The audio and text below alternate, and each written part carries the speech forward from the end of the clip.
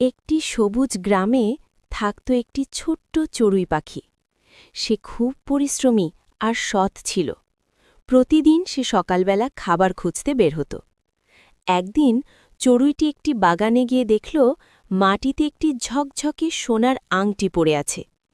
আংটিটি দেখে চড়ুইটি একটু ভাবল, এটা আমার নয়, নিশ্চয়ই কারো হারিয়ে গেছে। ঠিক তখনই এক বৃদ্ধা কাঁদতে কাঁদতে বাগানে এলেন। তিনি বললেন, আহা, আমার প্রিয় আংটিটা হারিয়ে গেছে। চড়ুই পাখিটি সাথে সাথে আংটিটি এনে বৃদ্ধার সামনে রাখল। বৃদ্ধা খুব খুশি হয়ে বললেন, তুমি কত সৎ, এটা রেখে দিতে পারতে।